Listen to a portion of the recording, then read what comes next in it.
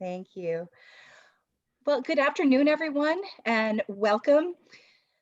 It is a pleasure to see all of you here today. My name is Gigi Naglak, and I'm the Director of Programs at the New Jersey Council for the Humanities. We're so happy to be joined today by our colleagues from Sussex County Community College, who will be leading our discussion today. It's my pleasure to welcome you to the Democracy Conversations Project, or possibly to welcome you back to the Democracy Conversations Project. This is a new initiative to explore civic life and democracy in New Jersey by convening discussions among community members. For this series, the New Jersey Council for the Humanities has partnered with 8 of New Jersey's excellent community colleges, each of which will discuss a topic of importance to all New Jerseyans as we think about civic life here in the Garden State and beyond. We're eager to explore not only our present circumstances, but how the past has led us to where we are today, and how we together will create the future communities we wish to see. The Democracy Conversations Project is part of Why It Matters, Civic and Electoral Participation, which is an initiative administered by the Federation of State Humanities Councils and funded by the Andrew W. Mellon Foundation. We are the New Jersey Council for the Humanities, a state partner of the National Endowment for the Humanities. And I would also like to thank the New Jersey Council of Community Colleges for their, the New Jersey Council of County Colleges, if I could speak, that would be helpful. We'd like to thank NJCH for their support of this program at every stage as well. This program is closed captioned, and I wanted to make sure if you don't see the closed captioning on your screen, it may be that you need to start it yourself on your own Zoom. So if you wish to ask a question or make a comment during the program, we ask that you use Zoom's chat feature to type your questions or comments in.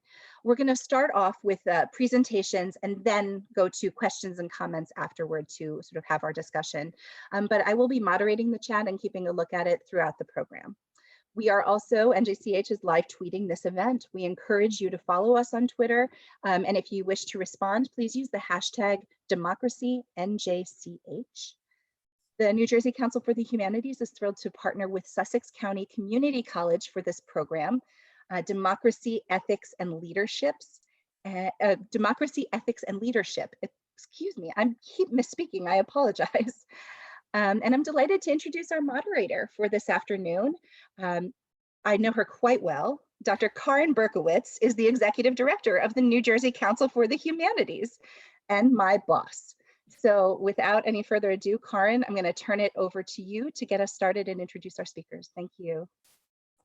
Wonderful. Thanks, Gigi. And thank you all for being here with us today. I think it's a testament to the expertise of these speakers and the draw of their comments on this very important topic that we have such a great audience on such a beautiful day. So I'm delighted to have you all here, and huge thanks to Nancy Gallo for putting this together.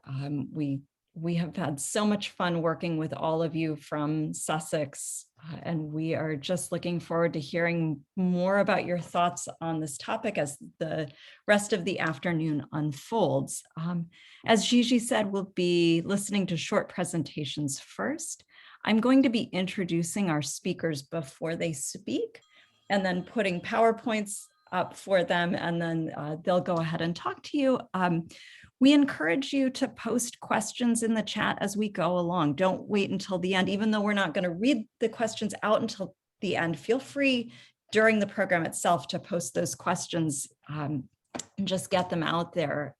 We hope to have a really robust conversation after the speakers have finished. And they've done a really nice job of fashioning 3 very different approaches to the topic. So I think there should be a lot to discuss there. But without further ado, I want to go ahead and introduce Jacqueline Burt. She is a hard person to introduce, I will say, because as I was saying to her before the program started, she has a remarkably broad and diverse background. Jacqueline Burt is a New Jersey native who graduated from Harvard with a degree in history. And following a stint on Broadway, As a producer's assistant with George C. Scott at Circle in the Square and Robert Buckley Associates, she attended Loyola University of Chicago School of Law, where she represented the school in national moot court competitions, receiving numerous Best Brief and Best Oralist honors. She has worked at the large New Jersey firm of Sills and Cummis as a commercial litigator and recruiting and hiring committee member, and she's worked as an adjunct professor of law at Seton Hall University School of Law and as a director of career services and an assistant dean at the Benjamin N. Cardozo School of Law. Following 9/11, she made a geographic career change and has been teaching AP US Government and Politics at Pope John the 23rd Regional High School in Sparta, New Jersey, serving as a National College Board AP US Government and Politics examination reader. She is an adjunct professor at Sussex County Community College, where she teaches business law and criminal justice courses, one titled Special Topics in Criminal Justice, Social Justice. So she is certainly someone with a really distinguished and impressive background, and exactly the right kind of background to speak to the issues that we'll be talking about today. And now I'm going to go ahead and launch her PowerPoint and share it with you all in the hope that I don't mess up the technology. I have that exact same concern. Flag me if I do, somebody. Not for you, for me. All right. Go ahead and just tell me when you want me to advance slides. All right. Thanks so much. First of all, thank you everyone at the New Jersey Council. Thank you, Gigi. Thank you, Corinne. Thank you to all our folks at Sussex County, especially John Connolly, Nancy Gallo, and my two wonderful and patient co-panelists, Stacy and Anthony. So today we're going to talk in our conversation about the perils that the 21st century's education system has given us by failing to produce informed and actively engaged stewards of the United States of America's constitutional democracy. And if Karen, you can forward it to our next slide. In the conversation, I would like us to welcome two individuals into the conversation that I would like you to keep them in mind as we talk about the importance of ethical and informed civic engagement and how it produces stewardship heroes like Laura Wooten and Benjamin Rush. So I'd like to introduce Laura Wooten first.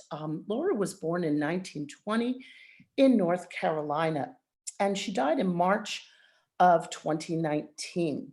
For most of her 98 years, she lived and worked checking meal cards at the Princeton University dining hall.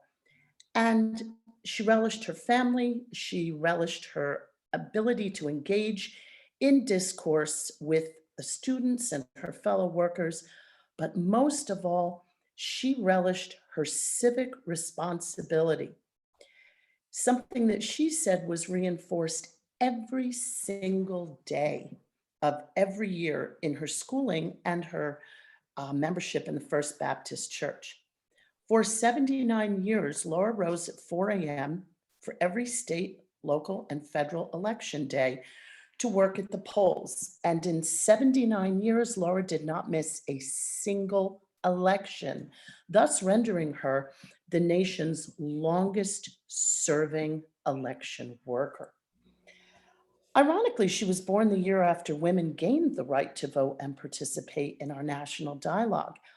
And you can tell how seriously that Wooten took her role, because as she told Janelle Ross during an NBC News interview at age 97, when she was discussing how excited she was and looking forward to the 2020 election, which she sadly did not make, she said, quote, "I like being this close to that thing we call democracy.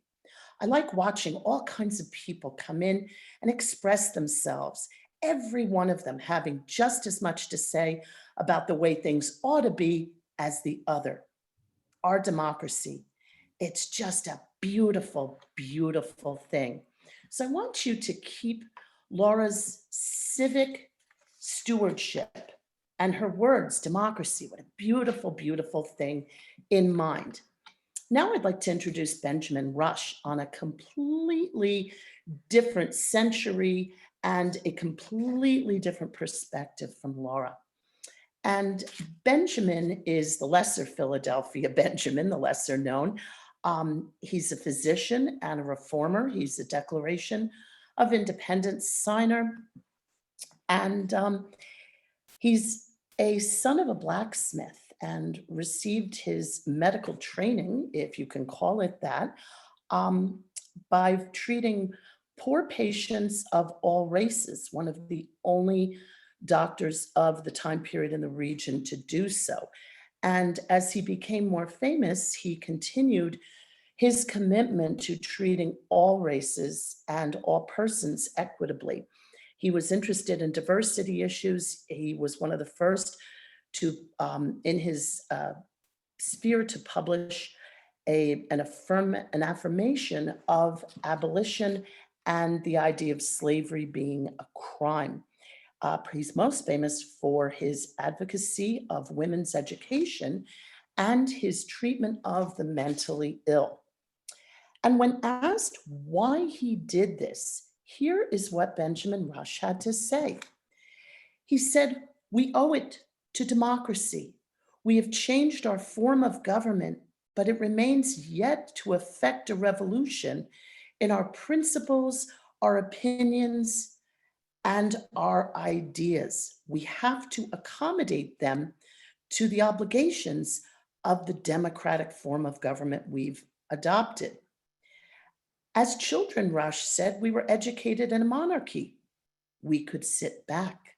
We could remain silent in a monarchy. But now schools need to produce well-informed protectors of our democracy, of our Republican government. And it will help. They need enough education to distinguish worthy from treacherous candidates for office, lest the Republic become infested with corrupt demagogues and would-be aristocrats. So as we bring Laura and Benjamin along with you on the conversation, I'd like you to take away words like democracy, a beautiful thing, getting up at 4 a.m. every morning for 79 years, and participating because Laura valued engaged stewardship of her democracy. And Benjamin, why? Because we need students to be engaged as protectors. Yet America in 2021 has seemed to gleefully abandon the laudable goal of quality civic education. And ironically, we've abandoned it as a nation just at the very time when educational access was becoming a reality for the previously institutionally excluded and disenfranchised. We've left American students vulnerable to breach by shallow designer despot models that are neither encouraging civic-minded nor civilized discourse. David Campbell of Notre Dame's Political Science Department wrote of the importance of civic education, serving not just as a model for economic achievement, but a model for social achievement, because the benefit of an educated electorate brings a civilized society to partner with the world. In its 2020 report, Educating for American Democracy, and you will hear me reference this critical report frequently. The report was produced by a group of scholars headed by Harvard University and Tufts University, a group of nonprofits headed by iCivics, and a group of state departments of education headed by Arizona. The report stated, quote, "We as a nation have failed to prepare young Americans for self-government, leaving the world's oldest constitutional democracy in grave danger. afflicted by cynicism and nostalgia as we approach its 250th birthday. Are we really in that bad shape? And Corinne, if you can slide us to the next slide. Thank you. The answer is yes, we really are in that bad shape. The US has a clear and flexible blueprint for ethical democracy and civic leadership, its own constitution. And despite the nation's flaws and foibles, it's sustained and encouraged adaptation and improvement to amending the errors and exclusions left to us by the framers in their wake.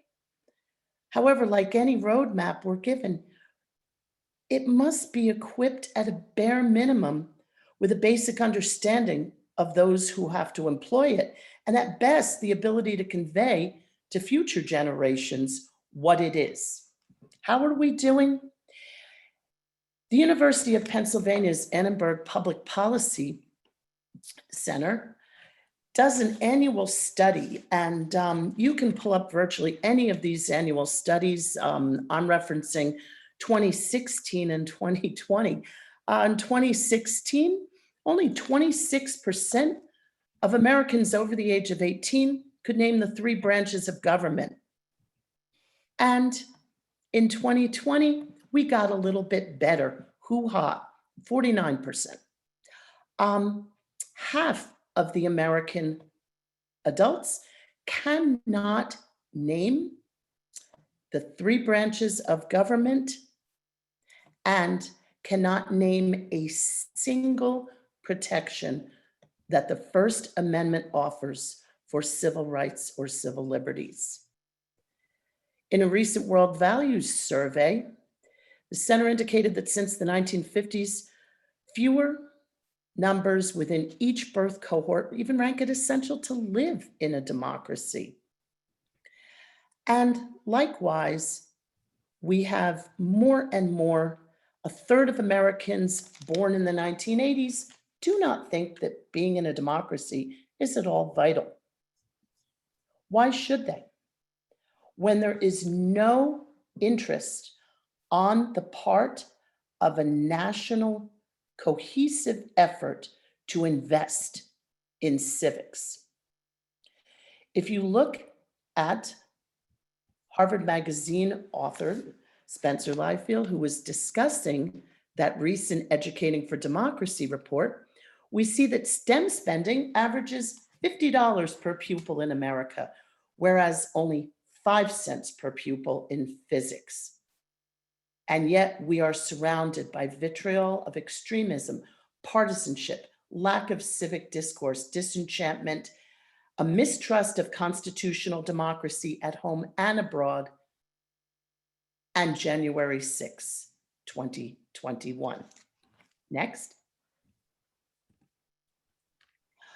Just very briefly, there have been numerous studies by the American Federation of Teachers incorporating such statistics as repeated lack of achievement on the American AP US government exam, a 2.64 national average, when most colleges require a 4 or 5, one of the lowest of the many subjects offered. You can see, and I won't belabor the grid here, but you can see the many states and how they're doing requiring civics courses. And sad to say, when we talk about requiring civics courses, many of them you can be required to take but not to pass. You can be required to take and pass, but the vast majority do not require you to pass on the first try. You can just keep taking it over and over again. Next.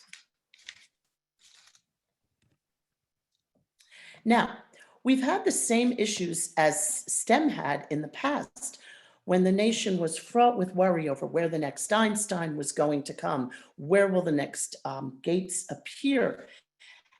And we were also fraught with worry, what if one of these gems was in an underserved community and we would miss them because of the lack of resources?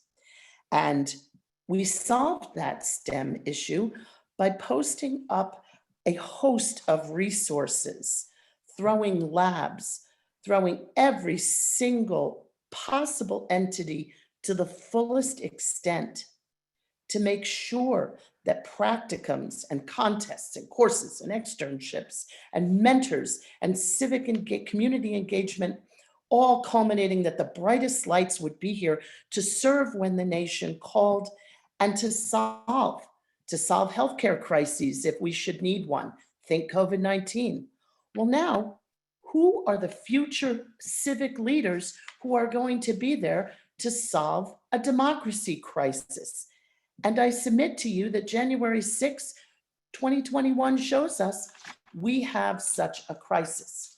Now, there have been many attempts at solutions and laudable solutions, good, bad, and unrealistic. And I've listed some of them here for you. Efforts that are partisan, efforts that are bipartisan, efforts coming from grassroots organizations. Regardless of which side of the fence you politically sit, it's not enough. And we've got to act before it's too little, too late. And at the very bottom there, I'd like to address New Jersey Senate Bill 824. Some of you may be familiar with it. It's the Laura Wooten bill. And I commend New Jersey for recognizing Laura Wooten. But when you think about Laura Wooten's commitment, and how did we recognize her? We recognized her by saying that we'd have the option of one middle school course on possibly, and there it sits. Next. What do we have to do? Folks, we have to teach. That's the bottom line. We have to teach. We have to tackle this issue.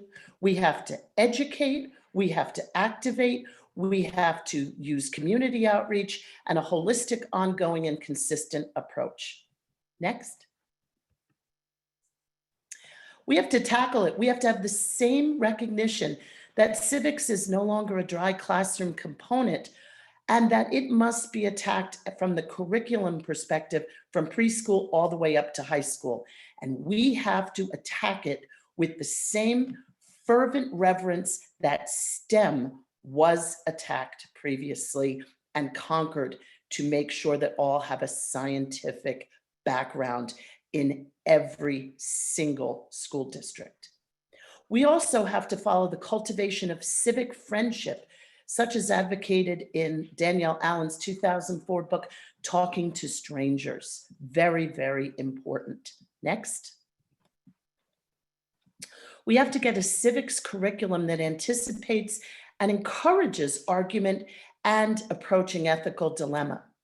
Teacher training in a host of, some would say, somewhat stale, but forgotten pedagogical approaches, such as rhetoric, logic, oration, philosophy, with realistic teacher incentives that include pathways for non-education majors. We have to recognize citizen and lifelong learners who will partner as mentors with the classroom. We have to emphasize primary source and critical documents and textual familiarity so that 100% of our nation and every immigrant who comes to our shores can understand what it is that the Constitution offers them and that they can be ready to use it should anyone deny their civil rights or civil liberties. Next. We have to activate. We have to understand that class simulations are essential before we go out and problem solve through the Sudbury model, through student councils, understanding that leadership opportunities have to exist outside of high school sports, where more and more are starting to show only sports. Constitutional convention workshops, as well as constitution building on simulations and other government models worldwide. The importance of fellowships and externships, which are being abandoned by many schools across the nation. Next. Then we have to do community outreach. Alexis de Tocqueville recognized years ago America is a nation of joiners, but not so much anymore as membership plummets among adults in civic organizations such as Rotary, Kiwanis, Knights of Columbus. If American adults are not taking civic membership seriously, how can we show junior civic individuals how they can partner? This is especially important in at-risk locations. We have to give mentorship tax credits, student release time for externship and civic participation, and ongoing curricular companions with site visits, what we used to call class trips, which sadly since 9/11 and insurance and at-risk crime situations, there are more and more reluctance in every district to take students out, to see the site, to watch the Congress. Next. Finally, we need a holistic approach, an age-appropriate, consistent in time, talent, and funding that has to start at the kindergarten level. It has to culminate in capstone projects for middle and high school students. It has to recognize civic scholars, and it has to offer some type of model of loan forgiveness. We have to be able to track if we're succeeding in civic education. I leave our conversation with two thoughts. First, do we want to end up with ignorance?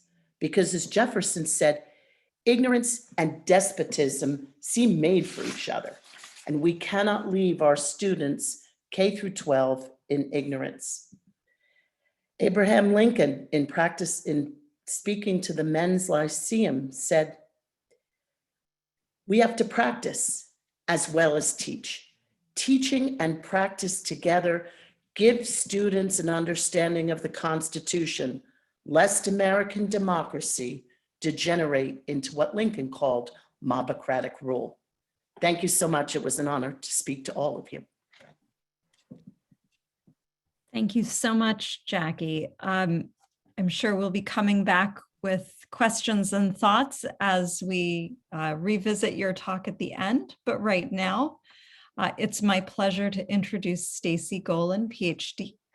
Stacy is an assistant professor of sociology and chair of the social sciences at Sussex County Community College.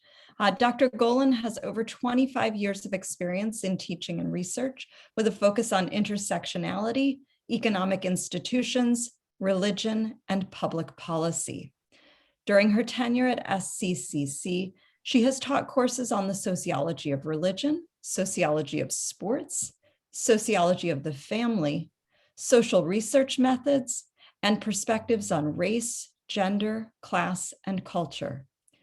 She was a standing committee member of the National Issues Forum and has given open lectures on the role of race and the 2008 election, defining free speech in a global context, and the role of rape culture and misogynistic attitudes in sexual assault. Over the last 4 years, she has served as the chair of the social sciences. Prior to joining the college, Dr. Golan served as study director for the Institute for Women's Policy Research's Early Care and Education project. She served on teams studying women's non-traditional job placement, the costs and benefits of early care and education, and economic characteristics of the childcare workforce. She completed her doctoral studies at Temple University in 2000, and it is a pleasure to have her here to talk to us today. So without further ado, I'm going to go ahead and try to get that PowerPoint up.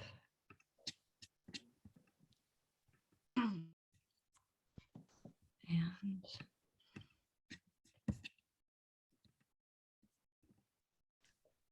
there we go. Thank you so much, Karen. And I also want to join in my thanks to this esteemed group and for allowing me to contribute to the conversation. I probably also should apologize up front. You know, as a sociologist, we tend to like to stir the pot. So, and so I will be no exception to this. When I was approached with this proposal, I agreed to take a position about ethics in our democratic institutions. And then the minute I agreed to do it, I was like, uh-oh, how am I going to do this? Because as a sociologist, it is kind of almost against my grain to talk about ethics is something kind of objective and universal. So how am I going to do this in a way that I think moves the conversation forward? And I think I'm going to propose a way today. I hope you will join me in kind of buying into at least discussing it. And by doing so, what I thought would be helpful is by borrowing from some of our colleagues across the disciplines, primarily in the sociology of religion, in using some of their constructs to really kind of talk about some of the ethical dilemmas that we are facing in our so-called democracy today. So Karen, thank you for the next slide. Again, I knew I was going to have to apologize first, right? So I'd like to first set up the problem. And I think by setting up the problem, again, I'm hoping to move the conversation forward. And, you know, on the one hand, I think what sociologists struggle with is that in the general discourse, we view American definitions of ethics and democratic principles as a universal good, right? That we are the model of morality, right? That we are the beacons of freedom and democracy and participation and speech and so forth, and that we have this wonderful kind of model that we can just export to the world. And I know Dr. Balzano is going to speak on that. But we rarely actually, at least in my opinion, we rarely question ethics as social constructs. And these social constructs are really within the parameters of who they serve and how they maintain social structure or inequality. And so ethics are not just established for social scientists like myself. They are experienced through a lens of legitimacy.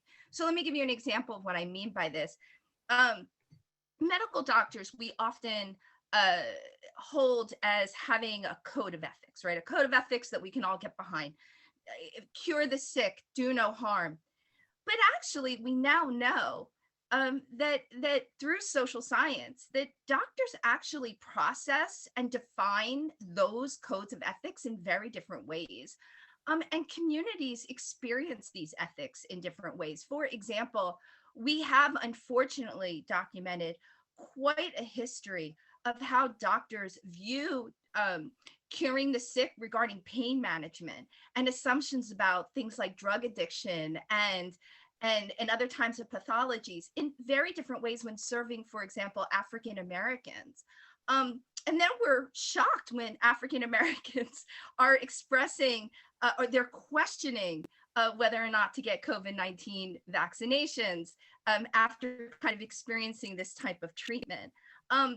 In terms of do no harm, we, many women, especially in areas where public hospitals are now almost non-existent, trying to find a doctor who will help her make informed decisions about things like reproductive care.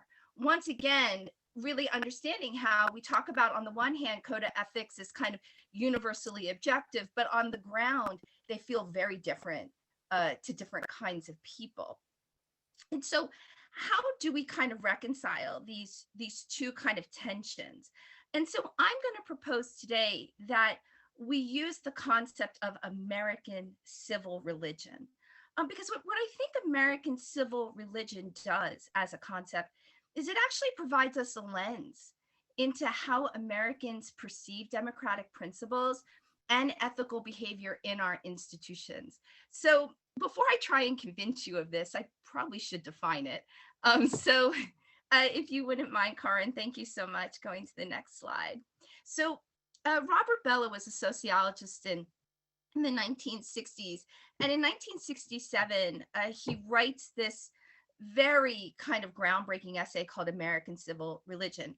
Now, I think it's important to note that what he's doing in this essay is he's bringing together a lot of influences. On the religion side, Bellah was highly influenced by cultural anthropologists like Clifford Geertz. I know, again, poor Dr. Balzano, I know he will talk about this a little later, but I feel like we have to acknowledge the acknowledge the influence. But on the other side, we know that civil religion was talked about by Rousseau.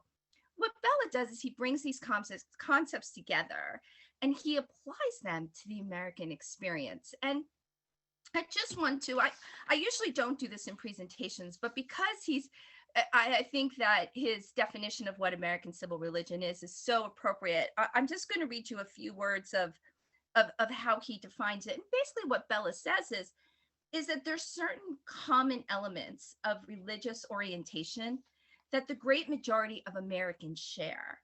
And these have played a crucial role in the development of American institutions and still provide a religious dimension for the whole fabric of American life, including the political sphere. This public religious dimension is expressed in a set of beliefs, symbols, and rituals that I am calling American civil religion.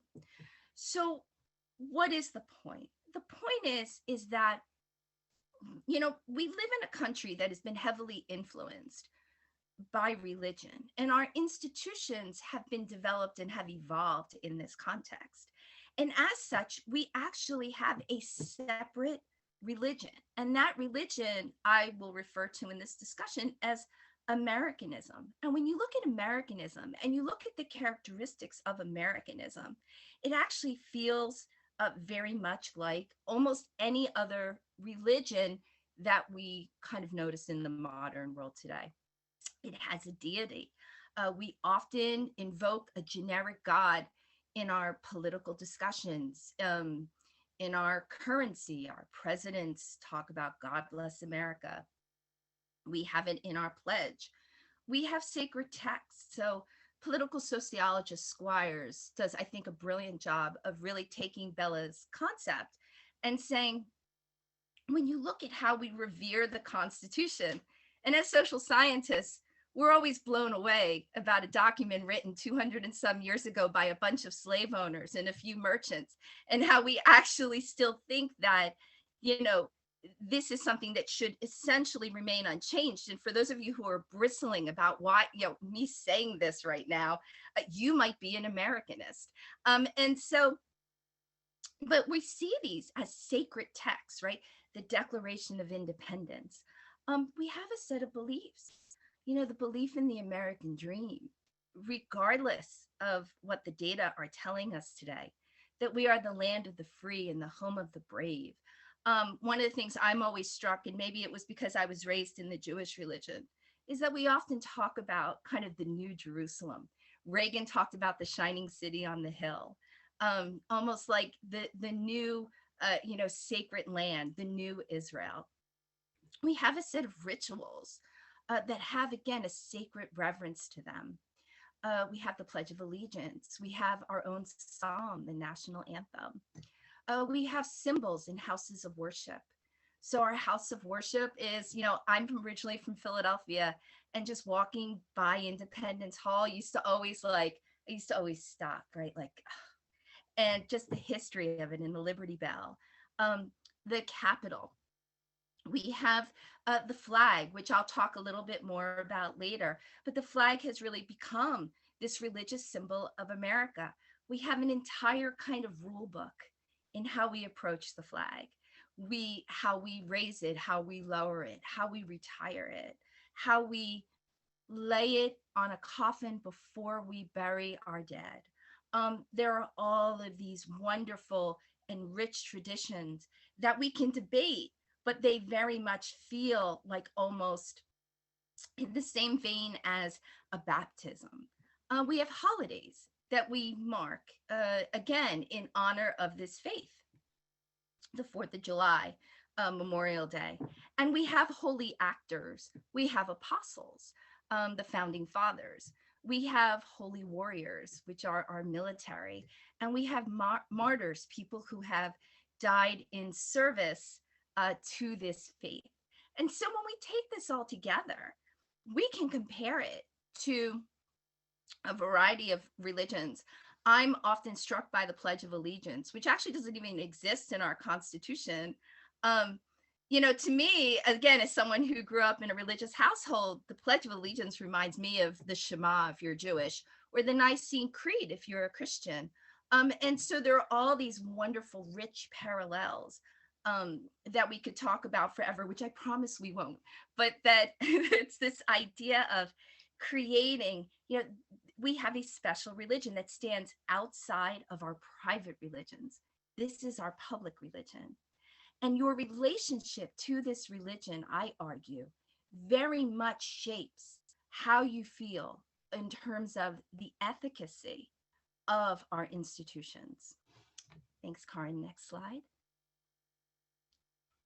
So I would not be a sociologist if I didn't talk about what the research says around this concept, right? So of course, the minute we come up with a concept, a bunch of sociologists have to pile on and test it. And so I'm just going to kind of summarize some of the highlights of what we have found when we have tested Bellah's American civil religion. So basically, my question is, you might be a devout Americanist if, right? We now know that in general, and of course, a lot of this are self-reported surveys, so we always have to be careful with overgeneralizing, but basically, white observant Christians, oh, I'm sorry, Karin, forgive me. Thanks, sorry about that. It's all good. White observant Christians tend to be more devout to Americanism. This is probably not a surprise because to some degree, for white observant Christians in the United States, the system kind of works for them. And so it's kind of easy to have faith. In contrast, Black observant Christians tend to be less devout to Americanism. Non-Christians in general actually tend to be less devout. And the higher educated, so there really is this kind of, like almost all religiosity, frankly, the higher your educational attainment, the lower your devotion to Americanism.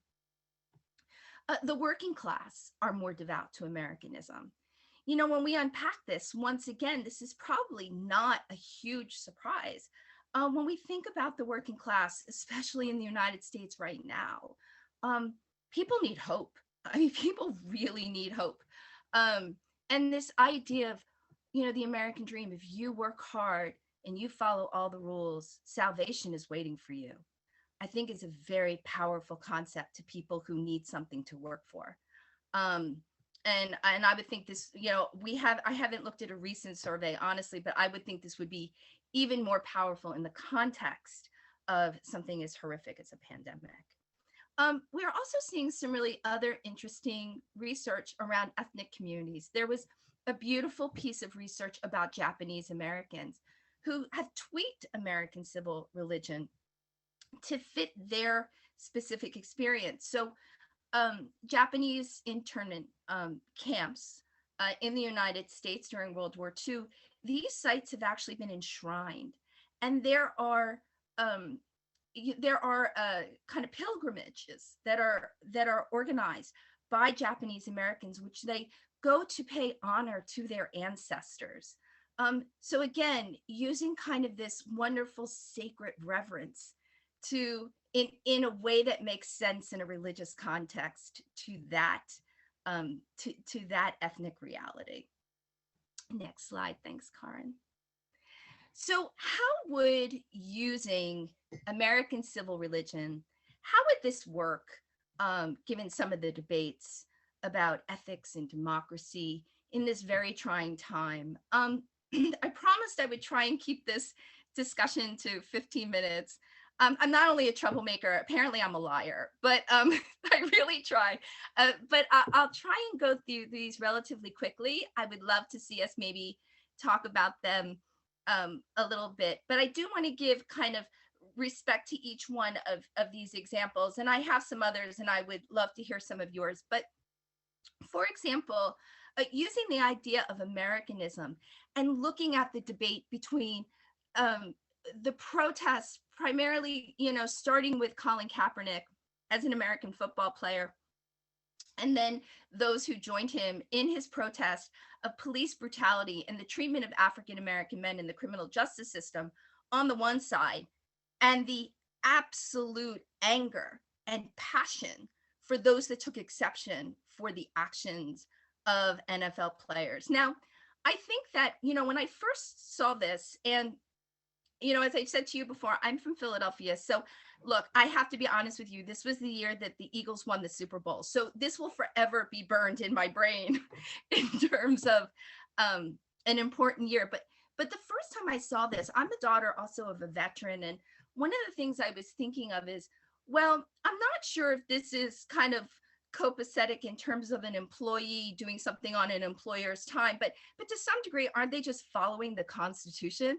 Isn't the whole point of our Constitution to kind of stand up and say when something's wrong? Wasn't that the start of our country? I mean, I think even Thomas Jefferson occasionally got a little exotic and said things like, a little revolution every once in a while was a really good thing. I don't know if I would go there, frankly, but I was kind of shocked. One day I was sitting in class and we were talking about this, and I had a veteran in my class and he was shaking with anger about what was going on in the protests. And his thing was, how dare they? How dare they insult the flag? How dare they insult me? And I said to him, explain to me. Like, he was so upset. And what I realized was it was his whole faith in what institutions are supposed to be like in American context that was attacked. So for him, this wasn't just a disagreement. For him, this was an act of heresy. This was a real act of heresy. And I have this, my only picture in the slides, and I included just because I was so struck by this family. And I'm sorry if it's a little bit small, so forgive me for not, if you can't read it. But basically, it's a family holding up an American flag with the sign that says, Kaepernick, have you thanked a vet today for your right to disrespect?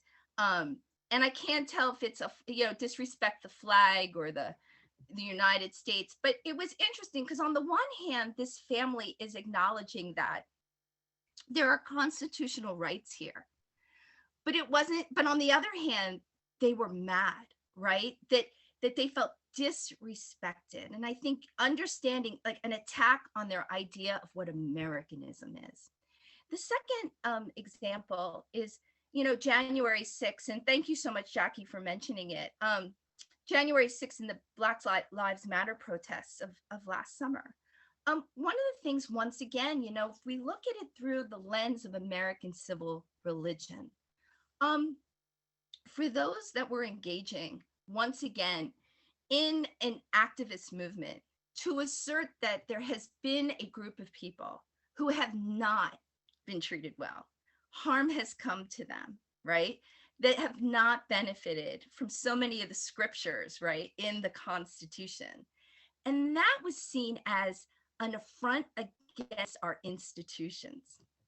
Now, I'm not suggesting that many people applauded what went on in January 6th, but when you heard interviews of people who participated, you heard a lot of language, once again, that sounded very religious in nature. I am here to save the Capitol. I am not here to storm the Capitol. I am here to save our democracy, almost like a holy warrior. I think it was no accident that a significant portion of those who committed insurrection, and I think the Constitution was clear about that in terms of insurrection, were veterans. Because remember, for veterans, they are in many ways our crusaders in Americanism, right? They take on the ultimate act for our faith in Americanism. And so this idea, I don't really want to talk a whole lot about Trump. I think enough has been said, but a lot of people are often kind of perplexed in academia. Why is it that conservative Christians, by and large, supported Trump? He's such a terrible Christian. Now, I am not the person to tell you whether or not I wouldn't touch that, but I would argue it's not necessarily that he was a Christian or not. It was that he was a good Americanist. And I think that for Americans, who have a strong sense of civil religion, I think that he really spoke to that. He spoke to that type of faith. And I think that was important to some people. Now, I just saw, like, in the chat, and I just want to say, I'm not suggesting that all veterans, and again, I think supported the January 6th insurrection, but I do think that there is something to this idea of being in, a crusade which is considered kind of a holy entity. And we've seen this in history before. The last thing I want to take a look at is, leftist indoctrination versus multicultural education. And I think this is really interesting in light of kind of Jackie's discussion, because why is it that teachers are not putting their all into civic education? And I wonder if part of it is because, frankly, it's really hard to teach. Because by teaching it, we have to kind of have a holistic idea of the development, the social, political, and economic development of our society. And, on the one hand, we had teachers who were really trying to respond to what happened in the summer, but then we had parents who felt really strongly that their children were being indoctrinated. I've been hearing this again and again from parents of school-age kids in school. How dare you teach my kid to hate America? I think that I find it fascinating that we are actually seeing a number of bills introduced around the United States that are actually called Code of Ethics for K through 12 teachers. And when you actually read some of the language of these bills, they really kind of stipulate teachers are not allowed to bring up anything that singles out a group and makes children feel upset. So how do we talk about white supremacy and the role of slavery in the context of that bill, right? And so again, I think it's this idea of, why are people having visceral actions? Why is it that people are feeling such an affront by these different ideas? And so next slide, thanks. And so finally, I just want to say that, in conclusion, this is just kind of my argument, and I am happy to talk about this with everybody. I promised you that we would kind of stir the pot, but that American ideas of ethical action, I mean, this is kind of my argument, and leadership are really shaped through their relationship to American civil religion. So to me, the question is not if the American system abides by a set of ethics, but really how we perceive ethical behavior in institutions. And that's really based on our faith in Americanism. I think that this really illuminates the pervasiveness of this kind of vitriol. I think Jackie brought this up too, a political discourse and kind of these deep divisions within our society. We really are living in different realities right now. And initially, I actually titled this presentation A Holy War.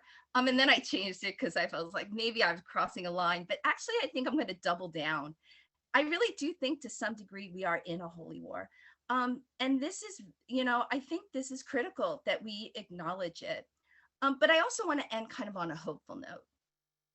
That is, I think that looking at American civil religion and people's experience in it also serves as a lens through which we actually can cultivate, I think, some empathy, which is it was one of my personal ethics.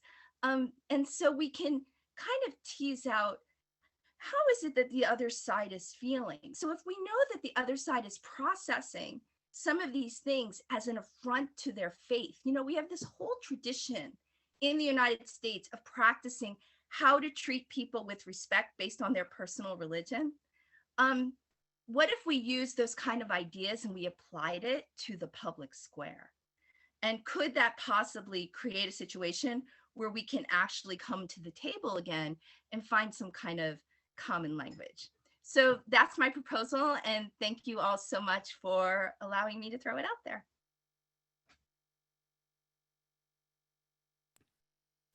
Great, thank you so much, Stacy. I appreciate all of your perspectives, and I look forward to the conversation at the end. I think having people who stir pots is exactly what we're trying to do here, get people thinking, get people talking, get people arguing even.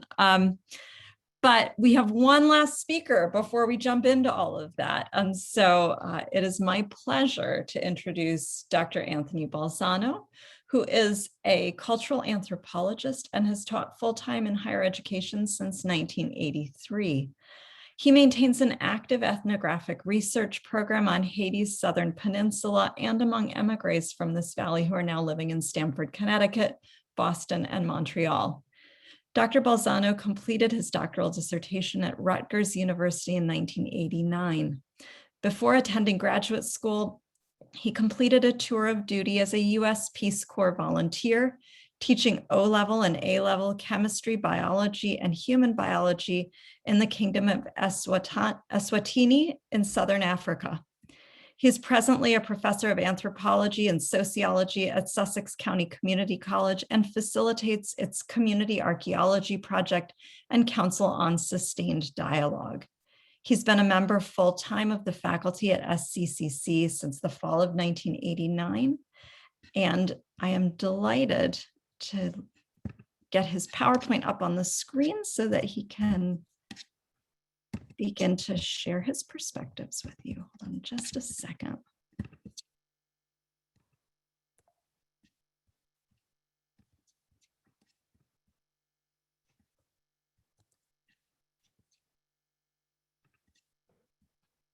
All right. Apologies, I knew I would not be good at this part.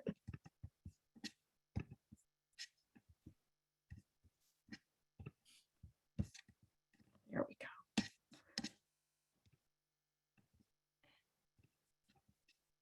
Ah, there we are. The curtain is risen. Thank you very much, Karen.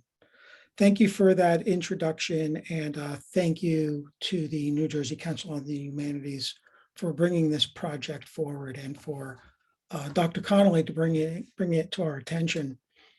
And thank you very much for the audience for being here. And what we'll do now is build. I have a nice base to work on, set up by Professor Burt and Dr. Golan. When we saw this topic about democracy, ethics, and leadership, we all sort of went into our. Thank you.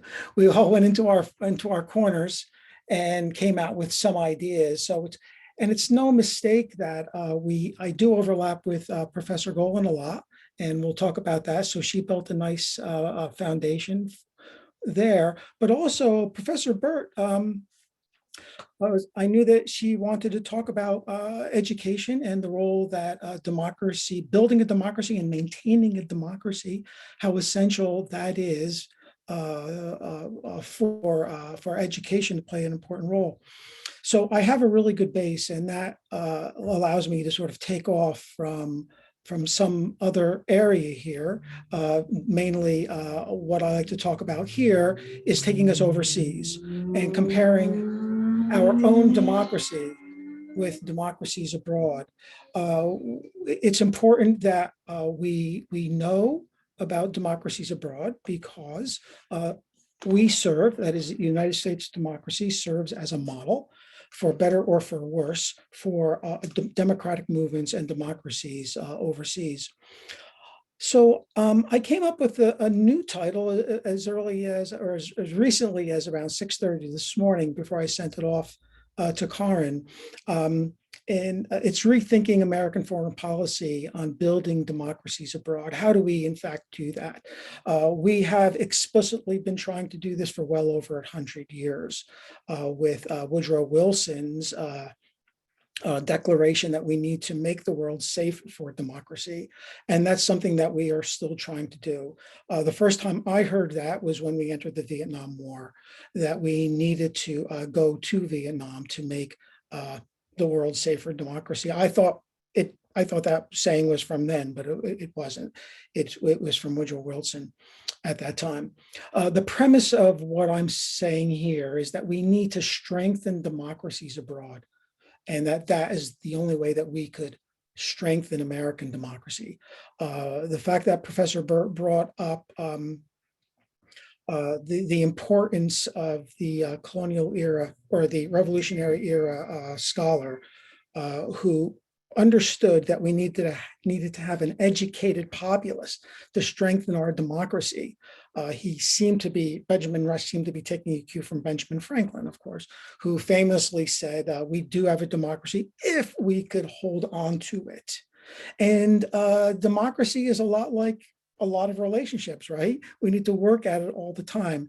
And that's why we're here today. And that's why I would like to think that the Mellon Foundation understands that we need to continue to build democracy. We need to continue to work at it. And that's why we're all here today. I imagine that we are here today in large part because we are concerned about American democracy. And the point I want to make here is that the way we do that is that we understand the way democracy works abroad. So I am going to start first to talk about how democracy is a cultural system. And Dr. Golan covered a bit of that. Democracy is a belief system. And so we'll work on that. And then I'd like to bring up two different models of how we think about democracy. What is democracy? How do we, in fact, measure it? How is it? How do we teach it? How do we break it down? How do we deconstruct it when we talk about it? So I'm going to overlap a bit with what Professor Burt was talking about also. So one model is what I'm going to be called the flawed democracy model. Okay, and we're going to look at American democracy as a flawed democracy. And then we're going to look at failed states. What in the heck is a failed state? It's also known as a fragile state. And here we have democratic movements that have a hard time getting off the ground, okay, for lots of different reasons. And then I'd like to take a look at the triangle countries that are in the news now. We know that we have a crisis at the border, at the US-Mexican border, with a lot of migrants. And it's so interesting that, in fact, those migrants largely come from what can be labeled as failed states, where democracy didn't make it. And what has been the US role in that? So let's take the conversation about democracy in that direction. So in doing so, we want to talk about how, in fact, we can compare democracies from one nation state to the other as a way to tell us a lot more about what democracies are in the kind of democracy that we have here. Okay, so how, in fact, can we accomplish the task of making the world safe for democracy? So let's go through a couple of other slides. The next slide, Karen. So here is where, in fact, for a cultural anthropologist, democracy is first looked at as a cultural system. Religion is a cultural system. Gender is a cultural system. Socioeconomic class, and the way we defined it, is also a cultural system. So this is the starting point for the anthropologist. Now, what I have here is Clifford Geertz's definition of religion. All right. And the only thing I've done here in red is crossed out religion and put the word democracy in. And I slotted in the word political in the second one to emphasize that, in fact, democracy is a cultural system. And then when it comes to a general order of existence, that is, what is the cosmology of democracy? I slotted in here just a couple of different beliefs, strong beliefs. Dr. Golan had a much longer set of types of beliefs, and it's drawn from that. What is democracy? How does democracy order our world? How does it make our world meaningful for us? And there's lots of different things. One is the Pledge of Allegiance. I would also throw in there the high holy holiday of Thanksgiving. No taxation without representation, e pluribus unum. Now, do we believe in these things? And what I'm putting out here now is that, in fact, I'm saying, yeah, if you're a believer in American democracy, you believe in things like no taxation without representation. You believe in e pluribus unum. Now, so if I could just read this, okay, this is like the Geertzian definition here, that democracy is a system of symbols, such as flags. I should have put flags in red, okay, which in fact establishes powerful, persuasive, and long-lasting political moods and motivations by formulating conceptions of a general order of existence and clothing those political conceptions with such an aura of factuality that moods and motivations seem uniquely realistic. This is just taken full blown right from Geertz's writing. This is one sentence, by the way, and I'm just breaking it down the way we talk about it in our anthropology of religion class or in our cultural anthropology class. Now, in a lot of these slides I have here, I have ITW, which is in the weeds, which is where we're going to be a week from today at 6 o'clock. This is a little commercial advertisement. If you want to carry on this conversation in a little bit more depth, one-on-one in a much more informal way, come to ITW next week. So one question is, do you believe in democracy? What is your definition that you believe in? Okay, is e pluribus unum up there for you? Okay, in the way, in my own belief system, e pluribus unum is pretty much near the top. Okay, some folks would put in God we trust. Okay, other folks may put in mom apple pie. Okay, what does democracy mean to you? That's a great discussion, and why? For me, e pluribus unum is, out of many one, is the heart of what it means to be American. Okay, that we in fact come together from many cultures, many religions, and that was a problem, of course, that the founding constitutional writers needed to solve. How do we bring people from many different places? They did not want to duplicate state religions that they came from.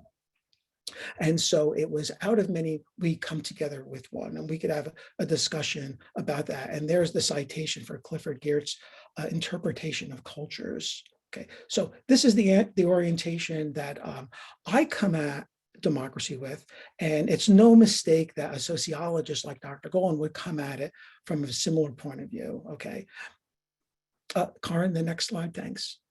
All right, so a foundational element, okay, a core to the way in which we structure our world, our understanding of existence, our social order, our institutions, our bureaucracies, okay, is founded on the basis of American democracy in the workplace. We could talk about democracy in labor unions. We could talk about democracy, corporate democracy.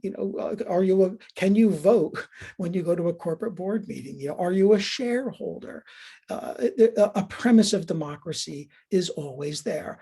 A real important thing that's going on today, and another reason I like to think that Mellon wanted to fund something like this, is the debate, the global debate that we're having now with Russia and China, if not other countries.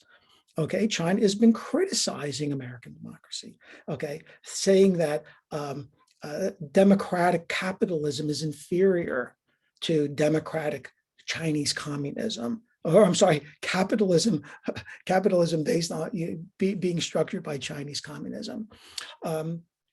And the way in which, we've had criticism from Russian democracy, if you will, okay?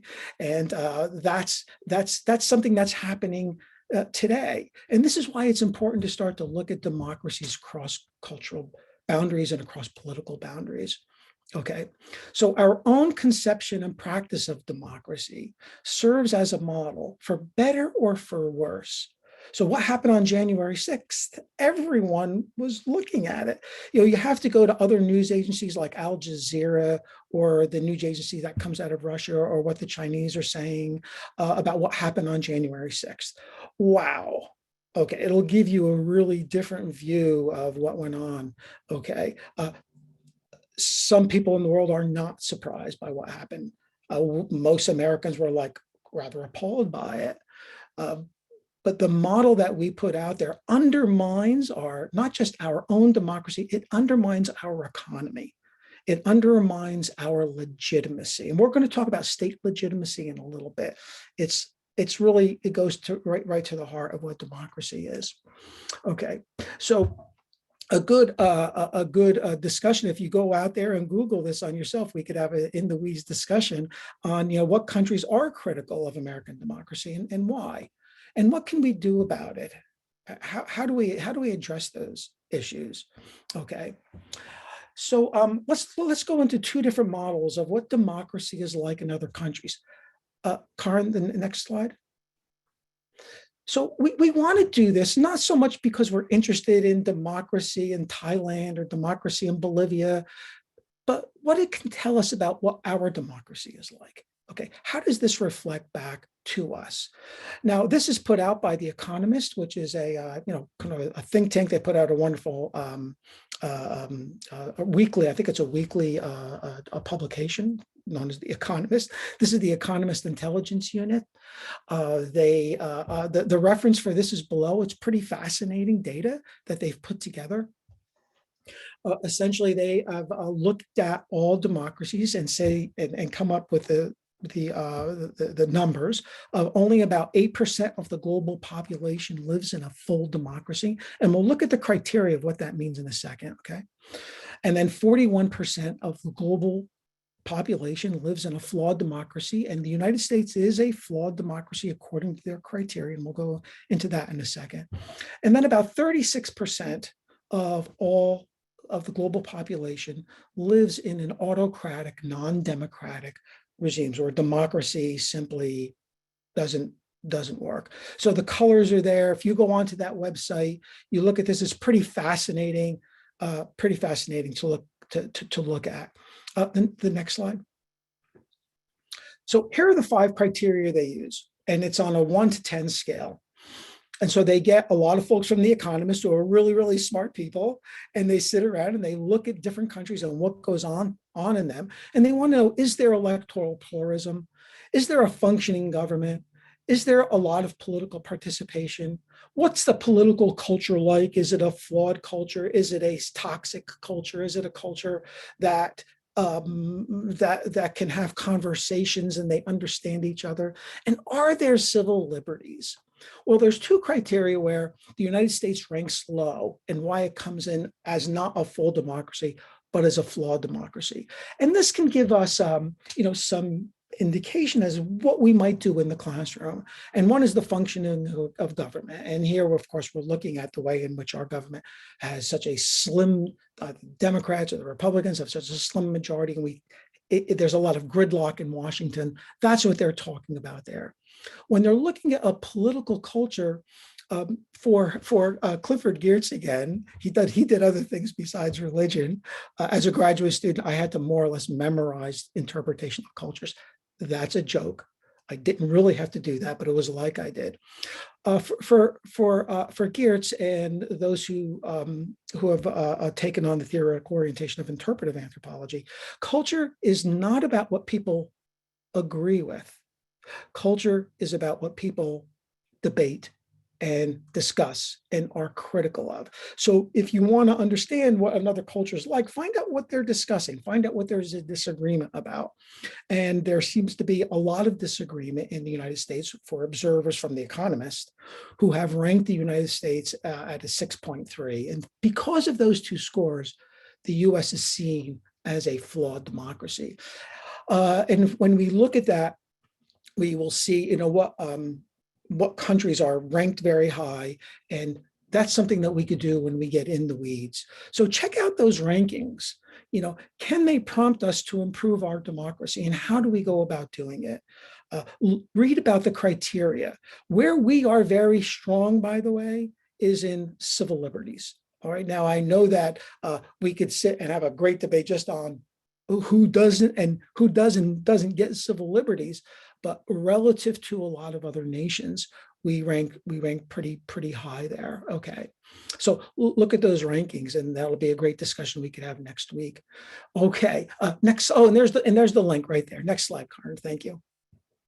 So here's another model of looking at other kinds of democracies, and this comes from the Fund for Peace. And they put out a ranking every year known as Fragile States Index, AKA failed states. If you read the political papers, if you read international news, listen to the BBC, listen to Al Jazeera, listen to what the Chinese press is saying, you hear a lot about failed states. That is where there's basically the government is just not operating. Now, having done my research in Haiti and keeping track of what goes on in Haiti, Haiti is is a poster child for a failed state. It ranks as one of the, it ranks of 178 nations that they rank, it ranks 13th. Number one is Yemen. And if you know what's going on in Yemen, well, it's being busted apart by a civil war, or by war with, yeah, it's a civil war with a lot of other proxies coming in. Now, they rank failed states according to these criteria that I have listed here. What is the security apparatus? What kind of a police state do you have? Is there a fractionalized elite? Now, the ones I put in bold and blue and underline are the three that we may want to have a discussion about in the weeds. And it's the three that really apply mostly to the United States, in my point of view, not according to the report. We have a fractionalized elite, okay? We have really wealthy, powerful people who see American democracy as going in more than one direction, okay? State legitimacy, when we question the way in which the legitimacy of the vote, we are also questioning the legitimacy of the government. When we talk about the deep state, we are questioning the legitimacy of government. And that's another area in which we could talk about American democracy versus other democracies. And then the rule of law. Probably the rule of law is one of the most important strengths of American democracy. The rule of law came shining through after the January 6th insurrection and before that time, okay? The rule of law is so important. So many people were talking during the last 4 years that things needed to be settled by the rule of law. And eventually it seems like they were. A lot of those other criteria don't apply to the United States, but those three do. So go to that website, check out those criterias, and how could looking at these prompt us to help improve our democracy? What can we bring into the classroom here? Okay, Karin, the next slide. So actually, my entire talk actually started with this, but I just want one slide. It's important that we mention this, that the United States has for a very long time undermined democracies, okay? Probably the first one on record was the overthrow of our Benz in Guatemala, which is one of those triangle countries in 1952. It wasn't the last time that the United States undermined the democracy in Guatemala, that is taking a legitimately elected government and not supporting it, supporting an overthrow of it, because in the case of Guatemala, in the case of Haiti, in the case of Lumumba, and in the case of Allende, in all of those cases, they were seen as being on the wrong side of the Cold War, okay? Although the outlier there is Duvalier. So Arbenz, Lumumba, and Allende were seen as supporting Soviet hegemony over American hegemony. And so it was seen, even though they were democratically elected. Read about their case studies. They're pretty fascinating. And it was very deliberate, fairly open. Duvalier is a little bit different. He was democratically elected, but right after he was democratically elected, he became an autocrat. He fired all the judges, he shot all of the senators, and he took over the government, and he said, I am now president for life. And the United States allowed him to do that. So they supported autocratic rule of the Duvaliers, which stood for a good 25 years. Again, because he was seen as being a staunch anti-communist, and it didn't matter that he was also a staunch anti-Kennedy administration. Okay, he fought with John Kennedy for up until the end of his life. But the important point here about democracies that the United States deliberately undermined during the Cold War, that came out in the Frank Church Committee in 1975. And I happen to remember that. Okay, I was just graduating from getting my BA at that time. And what the Church Committee did, he was a Democrat from Idaho. Wow, a Democrat from Idaho. It's possible. He was there, and he's looked at all of the ways in which the United States had the CIA intelligence units had, in fact, undermined democracies. Do we still do it? maybe not as much during the Cold War, but it's not exactly, we are still not promoting democracy in a place like Haiti. Okay. Next slide, thanks. So these triangle countries, right now we have a crisis at the border. Most of those migrants come from the three of these countries, at least two of these countries, Guatemala and Honduras. They are ranked 58th and 64th out of 178 countries in terms of being fragile states.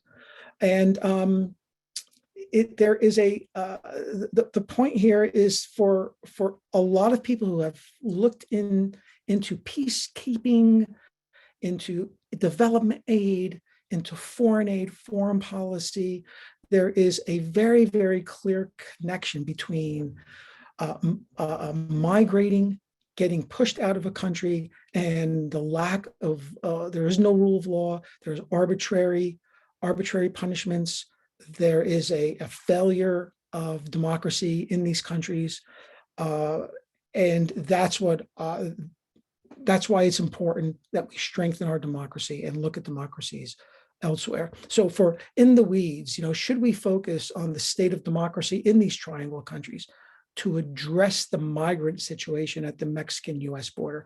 And I think I did hear the Biden administration instead is also sending people to Guatemala and Honduras and Nicaragua and El Salvador to find out how they could strengthen democracy. It's a very difficult thing to do. I've seen it fail in Haiti for the last 25 years.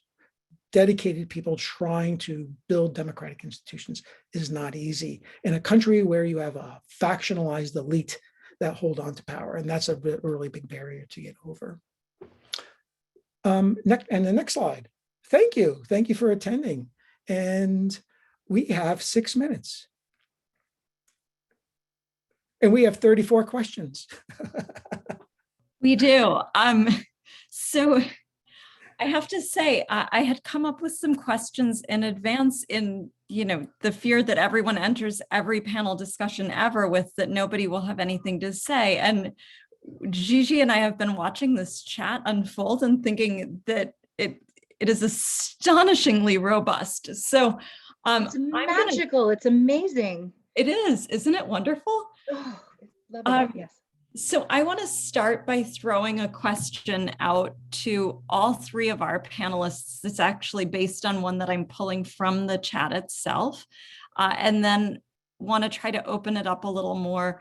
I'm just going to remind all of you, as Dr. Balzano did, that we have an In the Weeds next week too. So there's no way we will get to all of the topics that have been raised in the chat. And we hope you will come back because we have not only those, but also the prompts that came up in the different presentations themselves that we can begin to work with next week as well. So I'm going to jump right to Joseph La Barbera said, at one point in the chat, and I have to scroll to find these things at this point, that we need to forsake isms and simply reflect on our constitutional values.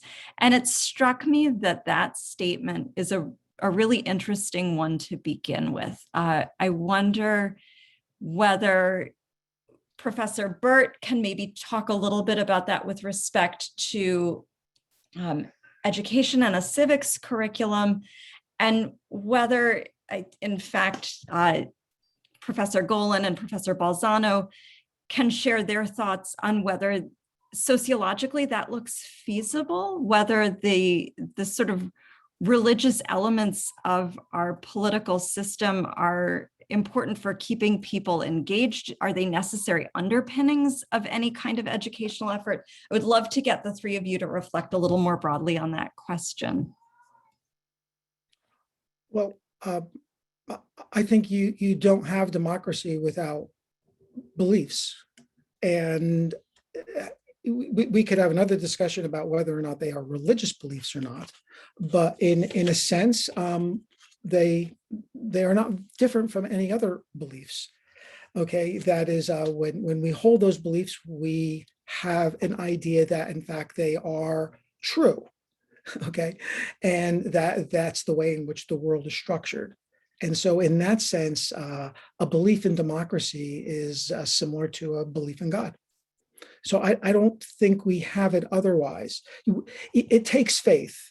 It takes faith for the system to work. Okay, I think we all do our jobs. I do my job at Sussex County Community College based on, I have faith that the system is going to work. Okay, does it always work like that? No, my faith is shaken sometimes, but I still come back and have faith that my colleagues and the institution and the trustees and the people of Sussex County are going to make it work. So yeah, I think they are. I think it is. I know, State, I was gonna say, Stace, Jackie, you want to Jackie. go next? So I would just say that, you know, can you hear me okay? Okay. Yeah, I would say that, you know, one of the reasons that educating with the Constitution as a roadmap moving forward out into the community, that it's important because of the very idea that it educates us to disagree. It educates us that there is a forum of resolution that is the rule of law. You know, it educates us that we have the right to believe and the right not to believe.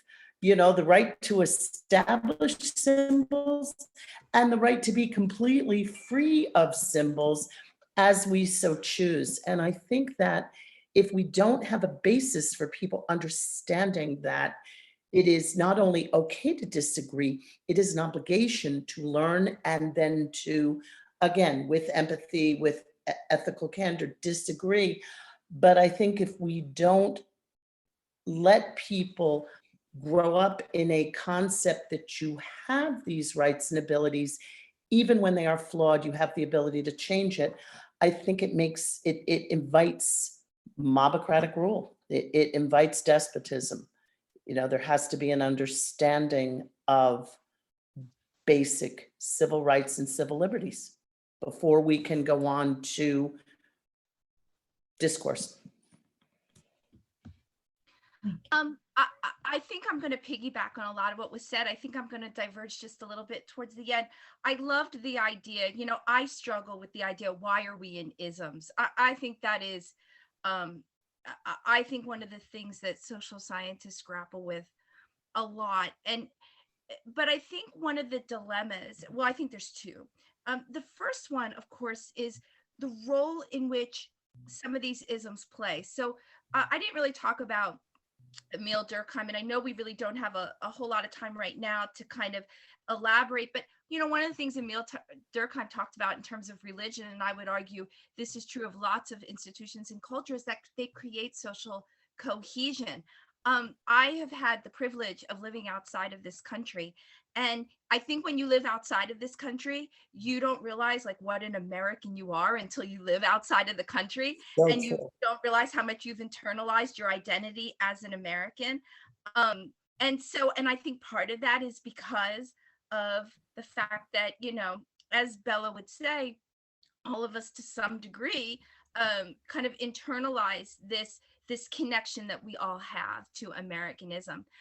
The thing that worries me sometimes about conversations about the Constitution is that I think that it's a very worthy exercise as long as we have a discussion about the context within which the Constitution was written. For example, there are significant swaths of our country, of a population in which the Constitution was written with the assumption that they would be enslaved. And even after slavery is abolished, we have the 13th Amendment, which, you know, has made it possible for people to have very different experiences around freedom. So I think we're ready.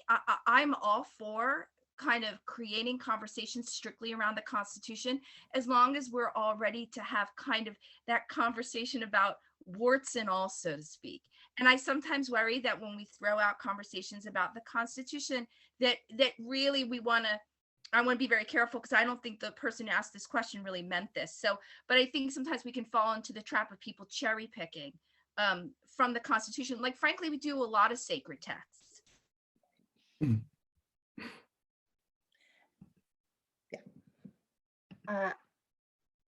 Thank you very much. Like Karin, I'm having trouble picking just one question out of 1,000 that I would like us to discuss. But there's an interesting question here that I think has been reflected a few times through this discussion and also speaks really well to the overall question that we have about the Democracy Conversations Project, not just this program, but the program as a whole. I feel like we're kind of, I don't know, picking on Joseph Arbera, but this is such an interesting question to me. He writes about, how do we set conditions for democracy in ancient cultures that are fighting, that are tribal and fighting for survival daily? I'd like to slightly expand that question to say also, who sets policies for, who sets conditions for democracy? There was earlier in the discussion, and I highly recommend, if you have not done so already, please read through the chat before we close out, because it's fascinating. There was some discussion earlier about how hard it is to even begin to think about setting up a democracy outside of our country. And I would argue that it's hard to set up a democracy inside of our country, that these things have to come from the people, that a democracy is the word of the people. And we can go into we could go into a discussion about how the United States is a republic, not a democracy, et cetera, et cetera. Anyway, I'm asking a very broad question to kind of wrap up some of these ideas that we've been touching on a lot. But anybody who would like to jump in with some thoughts on this, I would welcome your. I'm jumping up and down here. This is a great question, and really, I thought it was poorly constructed, but thank you. No, it was great, because the gentleman who asked that question should take an anthropology course, or that person might be an anthropologist. How do you take folks who have a tribal political structure? How do you get them to become democratic? Well, you don't, because they have their own political structure. It's a tribal political structure. Democracy. Remember, democracy is e pluribus unum. In a tribal structure, there's not many. Everyone belongs to this, basically the same culture. There's not a lot of cultural diversity within a tribal culture. Democracy is dependent on having a centralized nation state. Okay, tribes are insolent toward nation states. Okay, when you look at the Taliban or ISIS, as I say in all of my classes, this is a tribal political structure that is not centrally. There's no central authority. The saying was before everything broke in Afghanistan. Anthropologists wrote an ethnography called "Friend by Day, Enemy by Night." And the way in which tribes will come together and be friends in the day, but at night they are sworn enemies. They will come together for certain reasons, but then they will go their separate ways under other conditions. They have what we call a segmented political structure, where it's unpredictable how they come together. So trying to impose democracy on a tribal structure makes no sense. The way you have to approach and deal with the Taliban is by starting from where they're at, and that is dealing with a tribal political structure. Anthropologists have been embedded in Iraq and in the Middle East for about 30 years now. It's very controversial among anthropologists as to, should you embed an anthropologist in a military unit? That's another discussion. But they have made this argument again and again.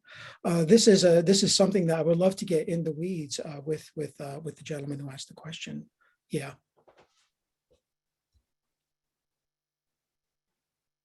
Great. So I think I'm starting to see that people are having to exit because we've come to the end of our official time.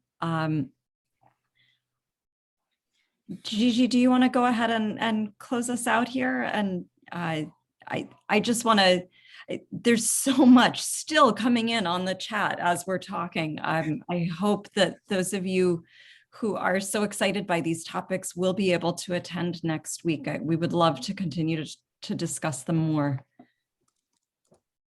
Do have a few things to finish us out today. I'm having a lot of hesitation about even turning down this discussion. This is exactly what we want, so please do come back. So first of all, huge thank you to our panelists and our moderator for getting this discussion started today. I hope this is just the beginning of this discussion, as we've said. And actually, I'm gonna stop our recording right now.